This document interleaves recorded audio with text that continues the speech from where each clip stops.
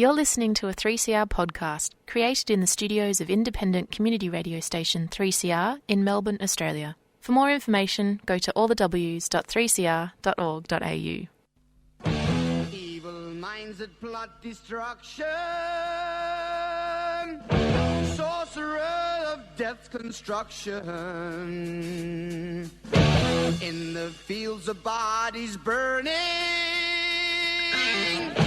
as the war machine keeps turning, death and hatred to mankind, poisoning their brainwashed mind. Welcome to the Anarchist World This Week, broadcast across Australia on the National Community Radio Satellite. Listen to the Anarchist World This Week, Australia's sacred cow slaughterhouse. Listen to analysis of local, national, international events. Listen to analysis you'll never hear anywhere else. Can't berate them. Well, always use the microphone as if it's on. Who am I berating? Who knows? This is the Anarchist World This Week, broadcast via the Community Radio Network across Australia from the studios of 3CR in Melbourne. My name's Joseph Toscano and this is the Anarchist World This Week. Yes, we're live in the studio. The producer, Kelly Whitworth, and myself. Now, we've got some sad news. We've got some exciting news. It's just a little bit like life. Now, the first thing I'd like to acknowledge is the death of Vivian Marlowe. Vivian died yesterday on the 11th of January after a long battle with breast cancer. Vivian was relatively young, and she will be a great loss, not just to her family and her friends, but she's a great loss to the radical community, especially the radical Indigenous community in Victoria and the rest of Australia. I'll have more to say about Vivian's life next week. I did interview her on Radical Australia a number of years ago. Hopefully we can find that interview. We may not be able to, but if we do, we do. So, but the important thing is that Vivian was a stalwart here at 3CR. She was a mother. She was an activist.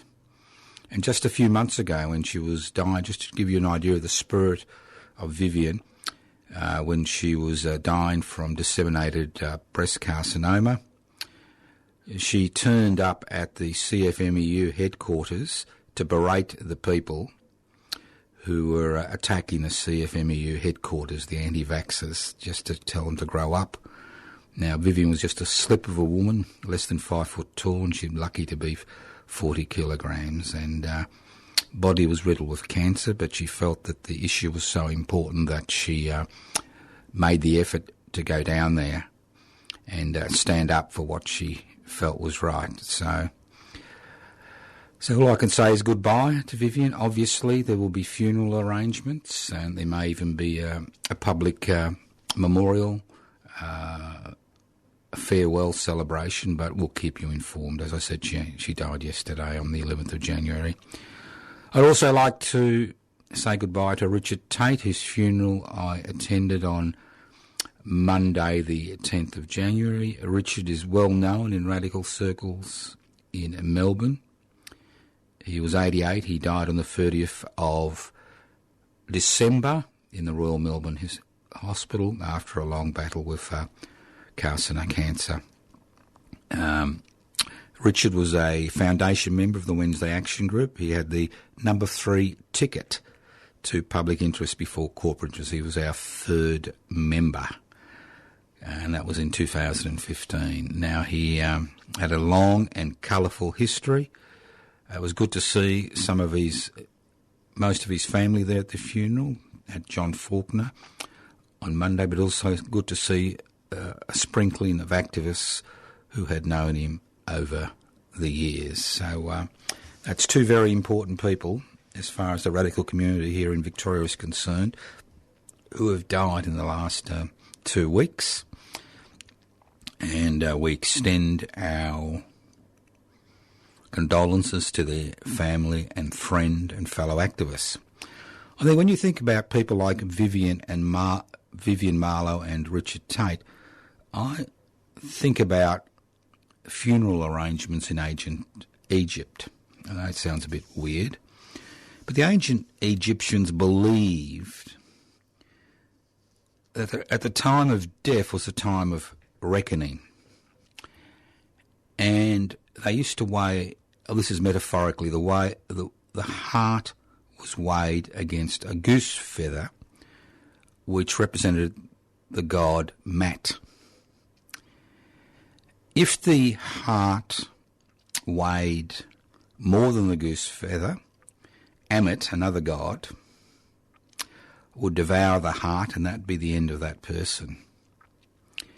If the heart was lighter than the goose feather, than the feather from the body of the god Mat, the god of truth and justice, the doors to eternal life would be open to that person. Now, this is a myth, obviously. This is mythology and how people 4,000 or 5,000 years ago attempted to grapple with the important concepts of life and death.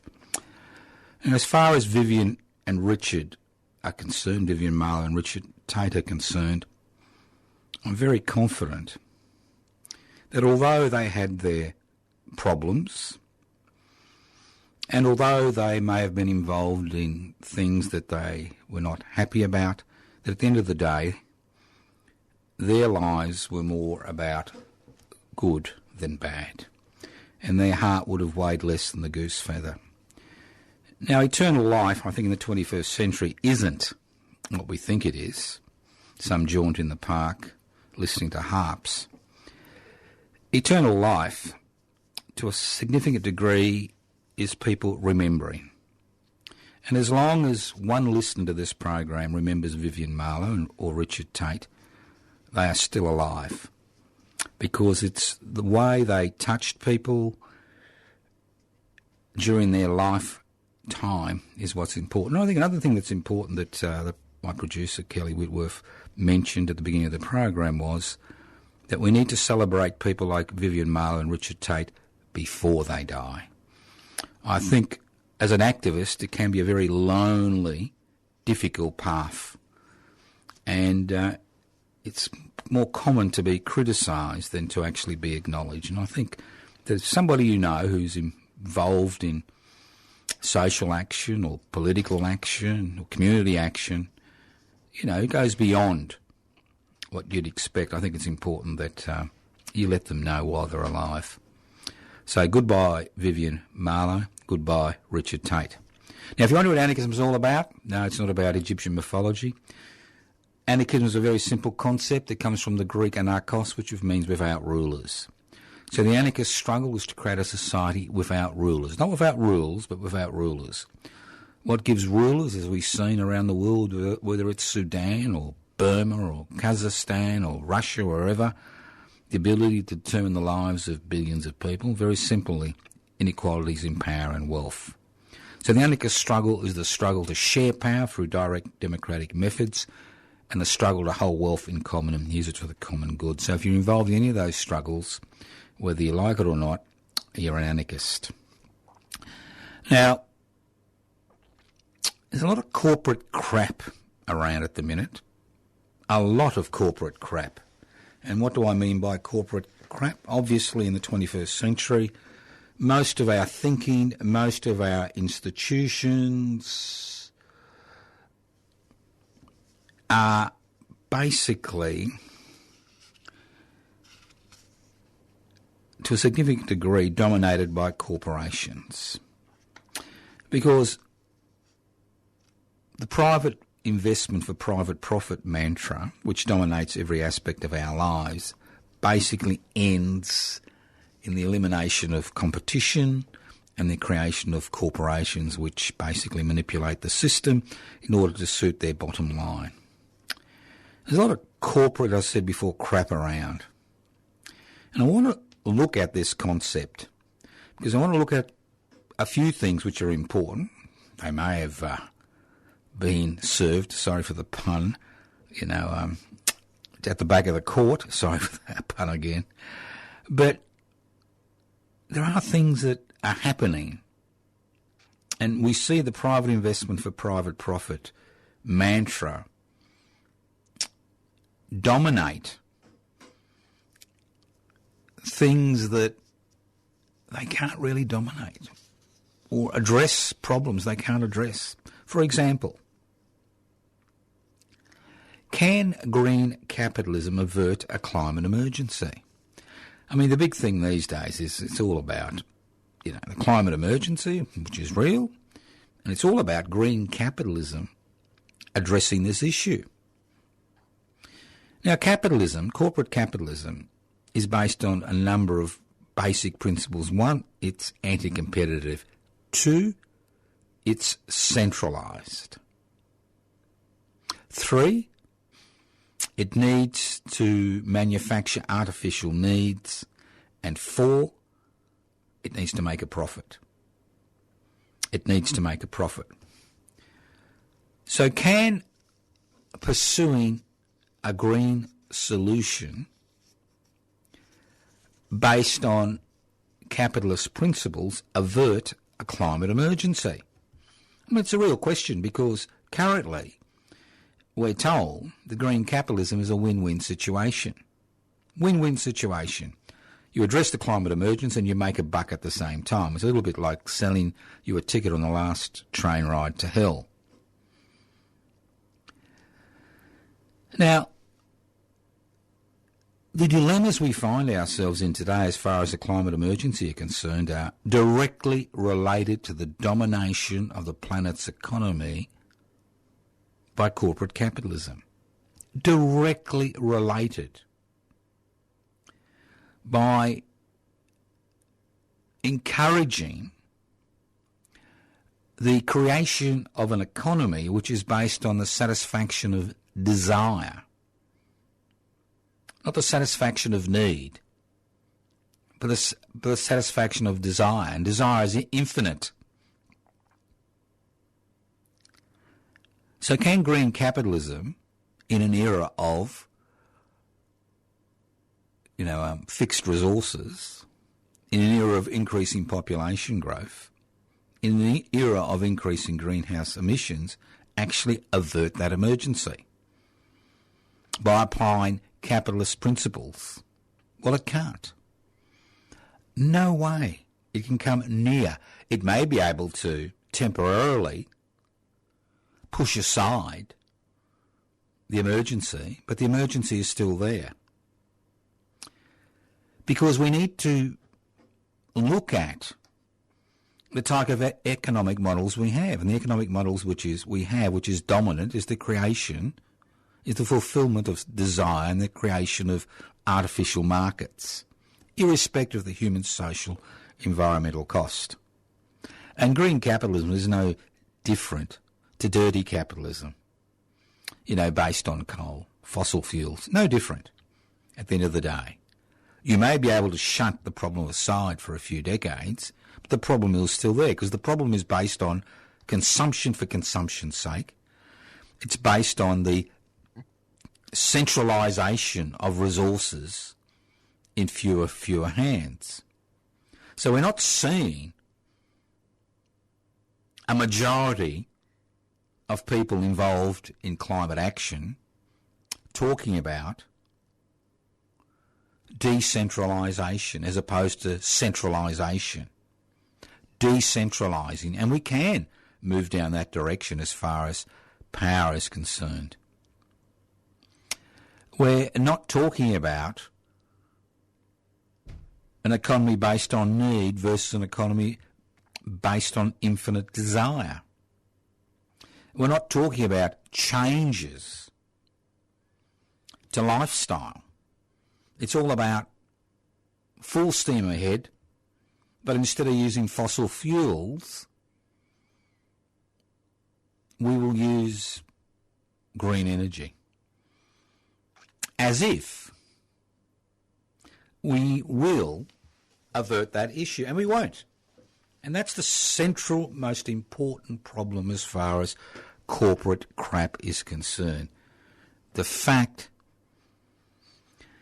that the corporate mantra can be used to dominate any issue. Call it greenwash, call it whatever you like, but ultimately it's about private investment for private profit. Let's move on. Corporate economics.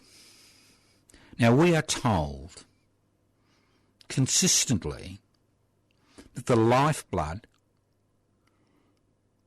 of capitalism is competition. We're told the public sector is non-competitive, therefore it shouldn't be in the marketplace and government should get out of the way of the private sector. We're told that regulations, whether they're based on the environment, green or red, to protect workers, just gets in the way of making profits, and governments should move out of the business of regulating to protect workers and the environment. We're told that in a capitalist society, competition is automatic. But the ultimate endpoint of any capitalist society is the creation of corporations. And in many countries or sovereign nation states, corporations are owned totally by the private sector.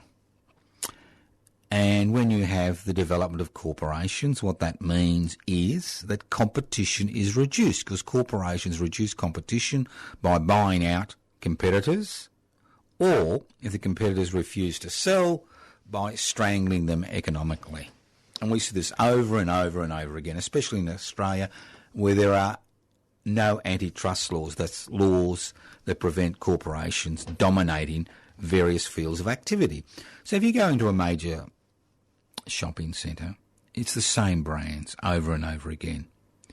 You want to buy some hardware stuff, apart from the big one, the B, very hard finding hardware equipment anywhere, even online.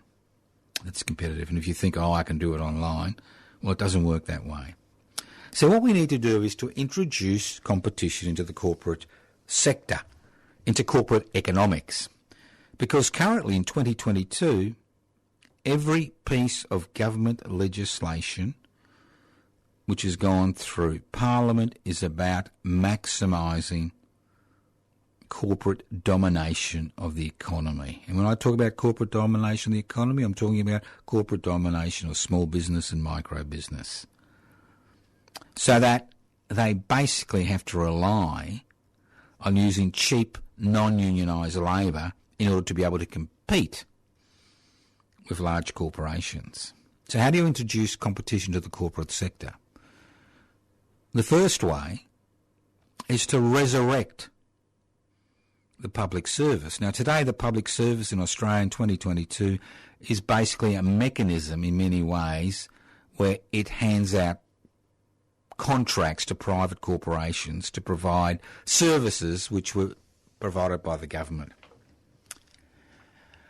We should be looking at the reintroduction of very important public institutions like a public bank, to introduce competition into the financial sector, to reintroduce public institutions which provide essential services to people.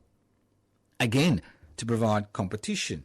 Because 30, 40 years ago, when we saw this tsunami of deregulation and privatisation begin, we were told that we will be cheaper prices. Well, we haven't got cheaper prices. We've got a much more complex system and a much more expensive system at the end of the day.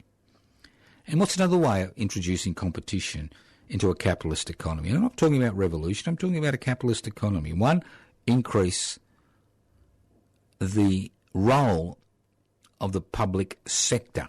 This provides competition against large corporations. And they say, it's unfair competition. It's not unfair competition. You're not competing against the grocer down the road. You're competing against large corporations. And now that second way, a more innovative way of introducing competition, is by building up a cooperative and collective sector to the economy. Today, in Australia, you'd be lucky to find one worker in maybe 10,000 belong to a cooperative or a collective. Now, the beauty about cooperatives and collectives is nobody gets rich. They're democratic in nature, profits are shared, and they can provide goods and services to the community at a reasonable price because you don't have all those extra layers of checks and balances that you need in a large private corporation because everybody's trying to steal off everybody else. But the dilemma as far as cooperatives and collectives are in Australia is there is no seeding funding. You cannot access seeding funding in this country for cooperatives and collectives, and all businesses need seeding funding in a capitalist economy. So what we have suggested for decades now is that if 1% of superannuation contributions are set aside to provide seeding funding for cooperatives and collectives, we could see a rapid increase in the number of cooperatives and collectives which are formed in the country, who could provide essential services, provide secure long-term employment for the members of that cooperative and collective, and provide a return to those superannuation companies that set aside 1% as seeding funding for cooperatives and collectives. And again, this would introduce a third tier of competition into the capitalist economy, because obviously we can't have everything at once. But at least if we can introduce real competition into a capitalist economy through the creation of cooperatives and collectives and through the re-establishment of important, essential public institutions to compete with the corporates, the privately owned corporate sector, then we would be in a much better position as far as access to goods and services is concerned. Think about it. Because these are essential questions we need to address if we want to make changes. Essential questions. Listen to the Anarchist World this week, broadcast across Australia via the Community Radio Network. This program is streaming live on 3cr.org.au. The program is podcast. You can access the podcast by going to 3cr.org.au. My name is Joseph Toscano. I'm hosting the program. Want more information about the types of things that I talk about on this program? Go to my Facebook pages, Joseph Toscano or Toscano for the Public. Go to the PIBCI website, Public Interest Before Corporate Interests, and download the application form and join Public Interest Before Corporate Interests. Go to the Anarchist Media Institute website. Go to the YouTube channel, Public Interest Before Corporate Interests, and the list goes on and on. All right, let's move on. Now, there's some interesting things happening in society today, especially in Western society. And they're interesting because we're coming to the end of the quantitative easing monetary cycle. You can only print or create, you don't even need to print it these days, but create so much money before questions are asked about how it's all going to be repaid. Because these debts, which are taken on by the taxpayer or the citizens of a sovereign nation state, which is you and me, in a capitalist economy, need to be repaid. And we've seen an explosion in profitability on the world stock markets, and an explosion in rents and housing prices, especially in Australia. Which is this explosion, especially in rents and housing prices, has been based on two things. One, access to relatively cheap money, because it's been created out of thin air, and access not only to cheap money, but access to legislative initiatives which put the investor always ahead of somebody who's looking for a roof over their heads and their family's heads. Always. And this legislation, which is based on negative gearing to some degree, and other pieces of legislation, always put the interests of the investor first. So it's in the interest of the investor to take advantage of the cheap money, push up housing prices, get out of the market and make a profit from the capital gain. Very simple. So we've seen an artificially created rise in housing prices, which is not actually based on the problem of availability and increased population growth. Because if there's one thing that COVID-19 has done, it has highlighted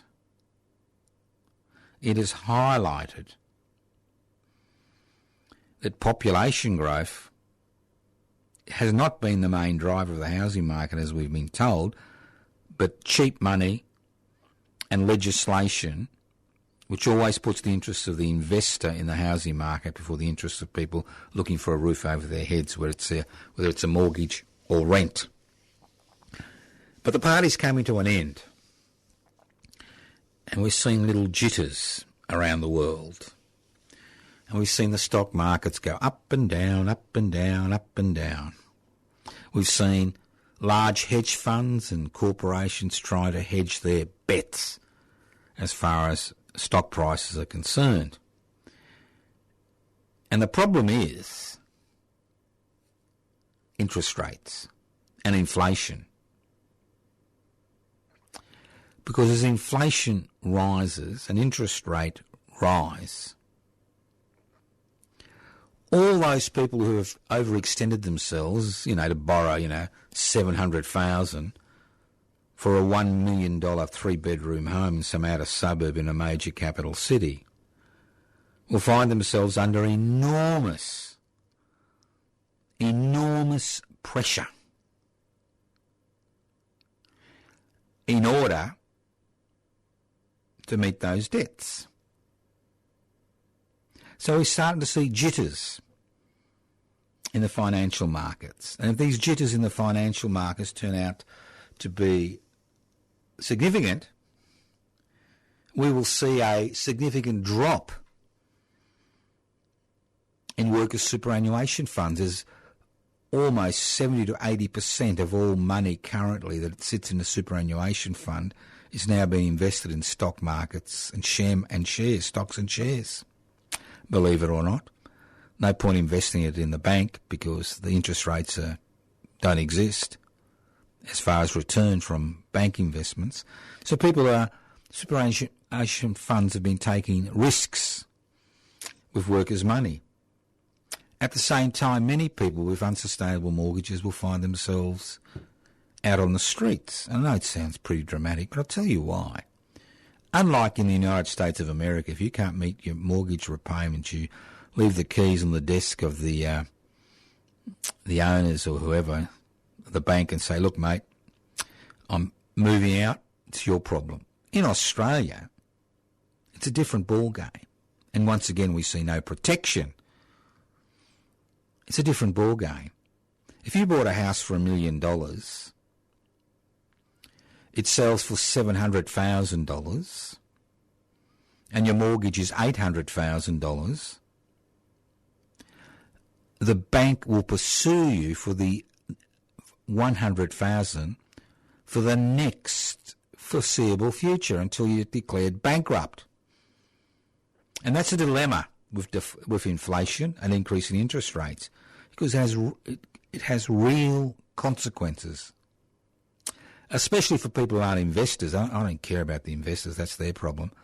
Especially for people, because see, investors can actually carry over their loss as a tax deduction.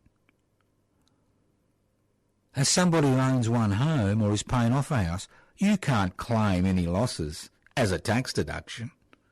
You're just going to have to cough up, and if you can't cough up, bad luck.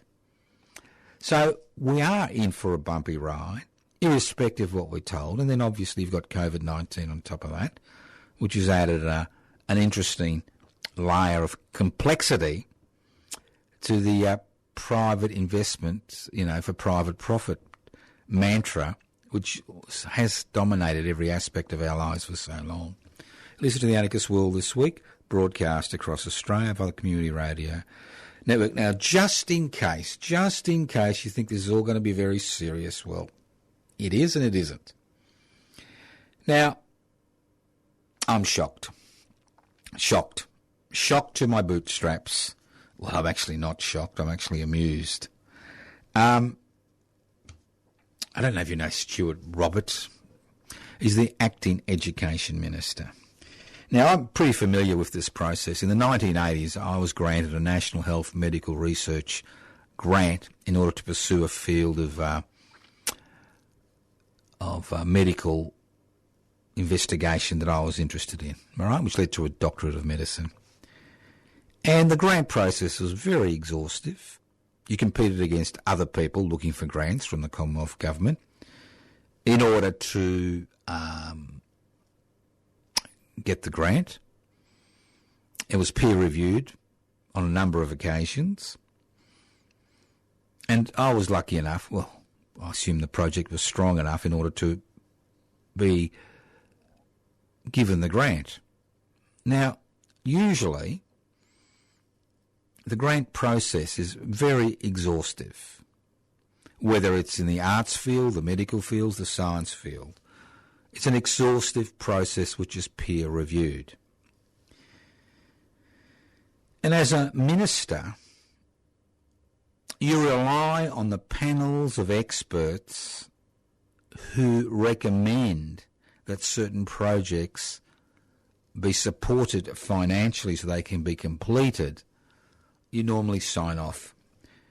Now, Mr. Robert, I assume having a re-election promise, Mr. Stuart Robert having a re-election promise, did something that hasn't been done ever. He has knocked back a number of the recommendations. And what was his answer? They are not in the national interest. Now, I listen to the Liberal National Party crap on about, the Chinese government and how they interfere in every aspect of life in their particular domain. Well, here we have a Liberal National Party acting minister, and I'll use the acting word, knocking back grants, two which were based on, looking at modern China. I think another one was based on religion and science fiction, and I've forgotten what the others were based on, but pretty innocuous subjects. Knocking them back because they're not in the national interest. So now we have governments determining, not specialist panels, but governments determining who will receive a grant, which particular projects are going to be supported, and which projects are going to be rejected. As I said, this is unheard of. But what it highlights is the mentality of the current Morrison-led Liberal National Party. And it's a very simple mentality. The mentality is, one, get out of the way of corporations, the private sector, by removing regulations and allowing them to have their head. Two, giving the private sector total control over the economy through privatisation. Three, allowing the private sector to dominate particular fields of human endeavour. And now we have the situation where they say, well, we are the final arbitrators of what is and what isn't research that's in the national interest. Now, Mr. Robert will tell you, well, there are over 697 grants given out and I only knocked back 6. The reality is the fact that they were knocked back after they'd been peer-reviewed by experts in those particular fields and recommended for funding highlights how the government of the day is willing to use the power it is able to exercise in order to maintain its position. We saw this with the sports rorts. We saw this with the car park and railway station rorts. And we see it consistently when we see government initiatives which are put in place, not because they will provide services, but because they help the government of the day being re-elected. We've seen this in the fiasco surrounding the COVID-19 response as we lurch from disaster to disaster to disaster, because there seems to be no forward planning, no specific understanding. And to a significant degree, that is because the government of the day is divided on how they should approach these issues. So to see a minister intervene because he believes that some projects are not in the national interest highlights how politicised the issue of grants have become in this country. And when you've got political insiders or so-called political leaders determining what is and what isn't in the national interest as far as research is concerned, you realise that we've reached a very, very difficult situation. Now, I want to talk about something a little bit more forthcoming, a little bit more interesting. Now, the 20th of January this year marks the 180th anniversary of the execution of the two Indigenous freedom fighters, Tannaminaway and Mulbohina, and those of you that listened to last week's program will know the background to this. Now, every year since 2004, we've held a commemoration to mark the execution of Tannaminaway and Mulbohina for the heinous crime of resisting white colonisation, both in Tasmania and Victoria. And after a 14-year struggle, it was a particularly difficult struggle, we were able basically to force the Melbourne City Council to establish a monument to Tannaminaway and Mulbohina at the corner of Victoria and Franklin Streets here in Melbourne. And this monument is a monument to the Frontier Wars, the undeclared Frontier Wars, which created so much pain and misery among this country's First Nations people. Now, Tannaminaway and Mulbohina are only just two names.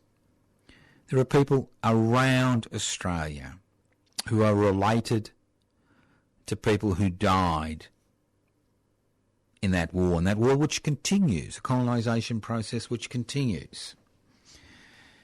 And we'd like to see the 20th of January, the day that Tannaminaway and Mulbohina were executed for resisting white colonisation, as a day that is celebrated, commemorated around the country as National First Nations People Freedom Fighters Day. Because every inch of this blood-soaked continent has a history of resistance. This is just one story.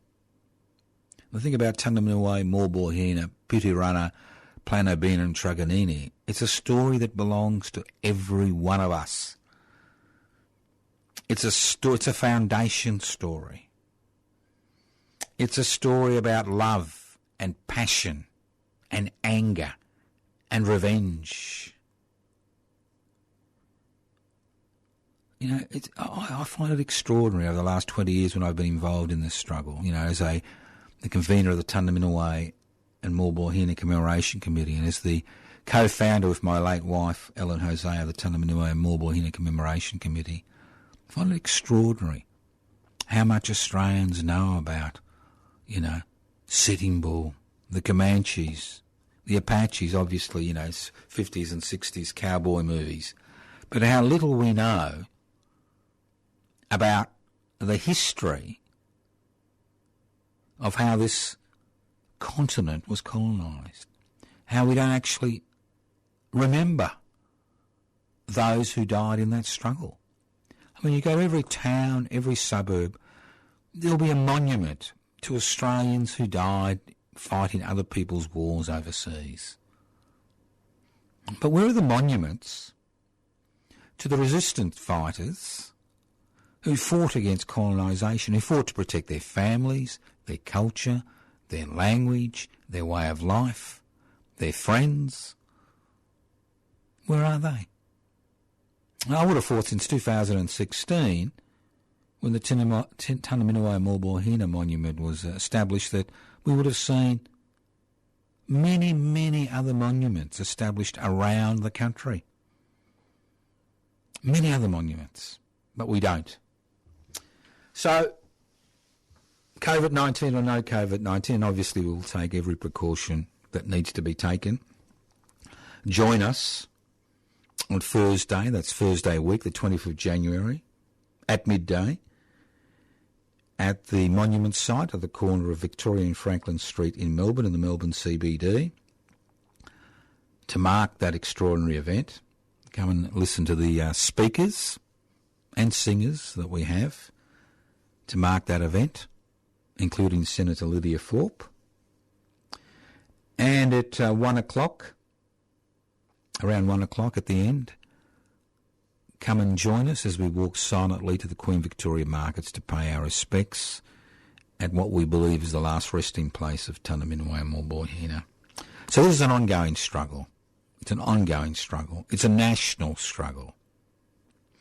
Because in order, as the Uluru Statement from the Heart said in 2016, in order for the process of reconciliation to begin, you need truth-telling.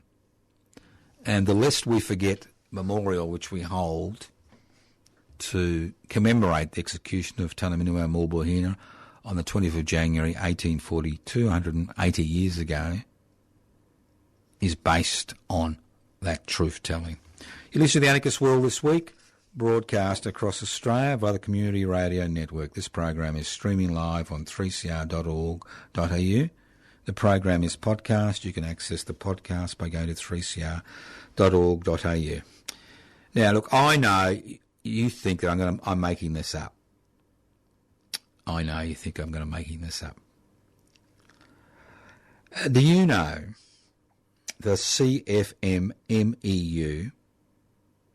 has just been fined $75,000 for intemperate speech? And that the Building Commission, our friends in the Building Commission, which was established to destroy the CFMEU, is appealing the fine because it's not big enough. And it's extraordinary that as far as the Fair Work Commission legislation is concerned, now the struggle was very simple. It was the struggle to build a new tunnel. You know, I think Holland was the company. And there was a safety issue, and two union organisers put a stop to building for a few hours because of that particular safety issue, right? Until the issue was resolved. And it was an issue which could have had profound implications for the workers involved as far as injury and death is concerned. Now, when the police arrived, and when there were some safety inspectors there, the two organisers used a little bit of colourful speech. Things like calling them rats, lapdogs, what else? Lapdogs, corrupt. These were some of the words that were used. And for having the audacity to vent their feelings, no physical violence, just saying you bloody rats, you bloody lapdogs, you know, bloody corruption, this is corruption. You've got the police working for, you know, the employer, not the employees. $75,000 fine. And the Building Commission is appealing because it's not big enough. Not big enough. This is for a few words that were spoken. Now, I'm sure that if this occurred in Hong Kong or Kazakhstan or Afghanistan, it would be front page news. Front page news here in Australia as we, you know, fight for other people's rights. But here we have Here we have a $75,000 fine, which is not thought to be enough, handed down to two union organisers for opening their mouths and using a little bit of colourful language. And it's all in the Fair Work Act, intemperate speech. Now, obviously we've forgotten that you can't strike in this country outside a enterprise bargaining agreement period after you've jumped through all the hoops. And once you've jumped through the hoops, and if the membership has decided to strike for 2 hours, the Fair Work Commission can actually stop the strike from occurring. And if you go ahead with the strike, you can get fined $10,000 per worker involved. And if you're a member of the CFM-MEU, the Construction, Forestry, Mining, Maritime and Energy Union, right, you can be called in at any time to answer questions about any union activity you've been involved in or a meeting. And if you refuse to answer questions, you can be jailed. And you can be fined $10,000 a day for being involved in an unauthorised strike. And we see unions being handed down fines in the millions of dollars because they've been working to protect the interests of their members. Extraordinary, isn't it? It's not happening in communist China, it's happening here in Australia. And the tragedy is most Australians have no idea about it and most of them agree. You know, I could import $1 billion of meth tomorrow, okay? And I would have more legal rights than a member of the CFM-MEU. Do you know that? We were forced to ask questions. I can say, no comment, no comment, no comment, no comment, no comment.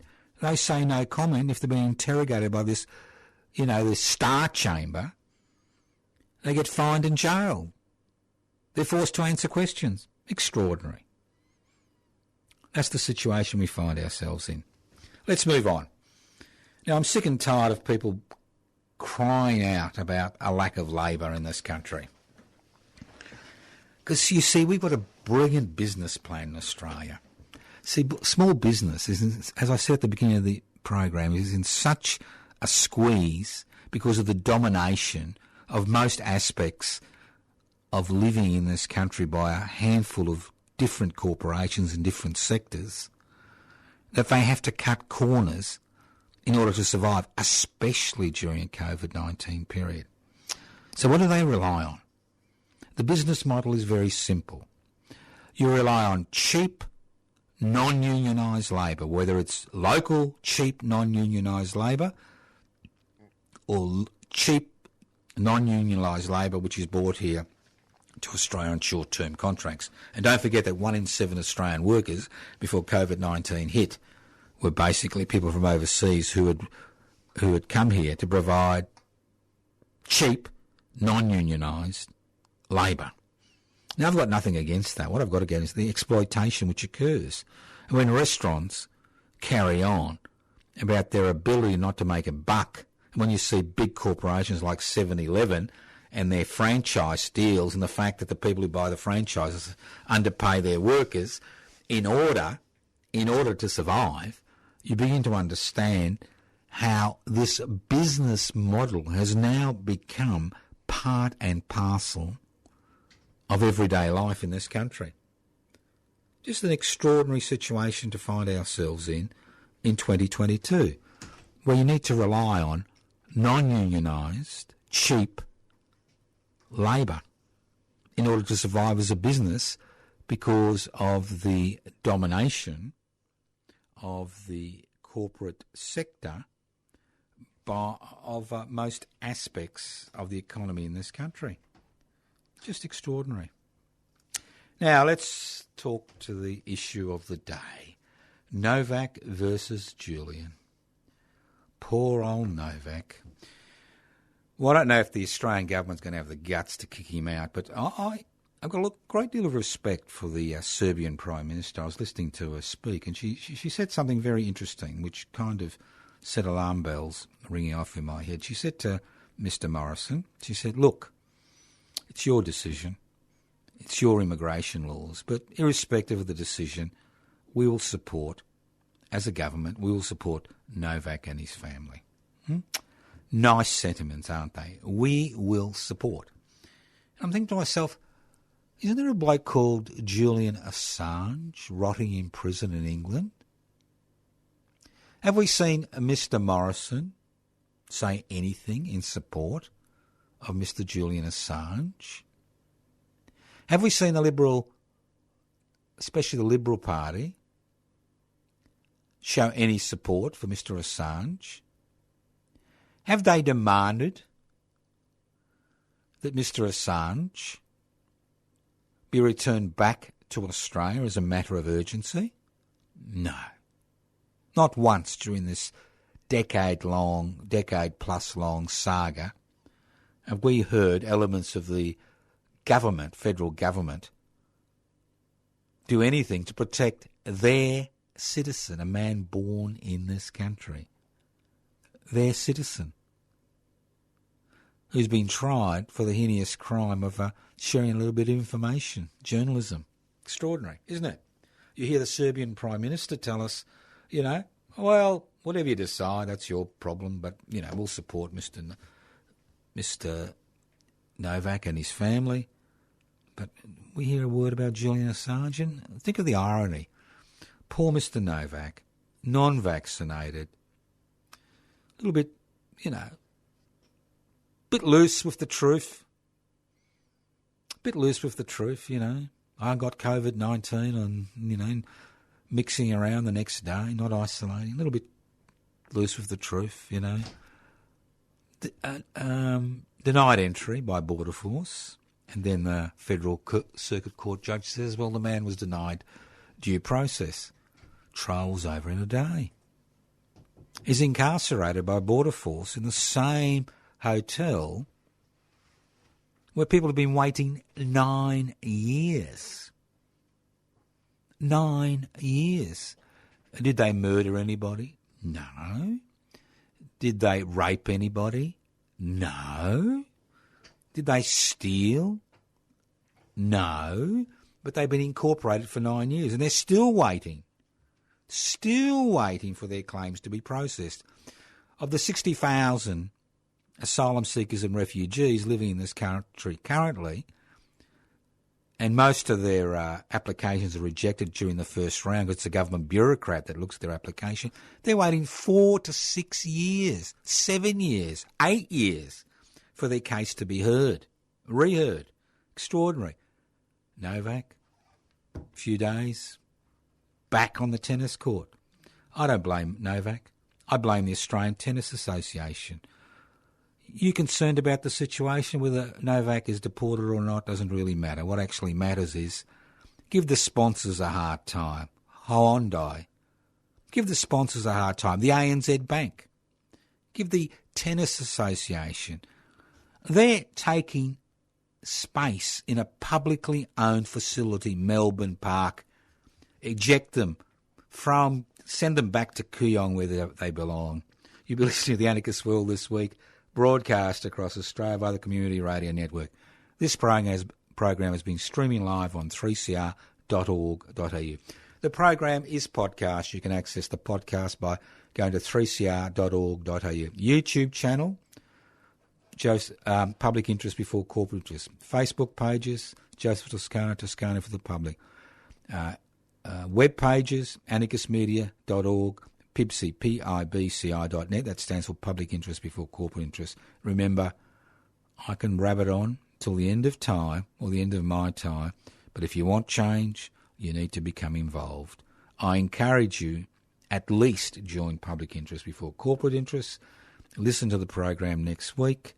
Doesn't matter where you live in Australia, get involved, start fighting back. Otherwise, it's going to be more of the same corporate crap in 2022. I mean, COVID-19, a little bit of a diversion, a real health issue, but the issues, these fundamental, central issues which have plagued us as a society, continue to plague us, COVID-19 or no COVID-19. Thank you once again for listening to The Anarchist World this week, courtesy of the community radio station, Community Radio Network, on your local community radio station. My name is Joseph Toscano. You can leave messages on 0439 395 489. You can email me, or you can even write Post Office Box 20, Parkville 305. Evil minds that plot destruction, sorcerer of death's construction. An analysis you'll never hear anywhere else. Anarchist World this week. Australia's sacred cow slaughterhouse. 10 a.m. every Wednesday. Listen to the Anarchist World this week for an up-to-date analysis of local, national and international events. Poisoning their brainwashed minds. Oh, Lord, yeah.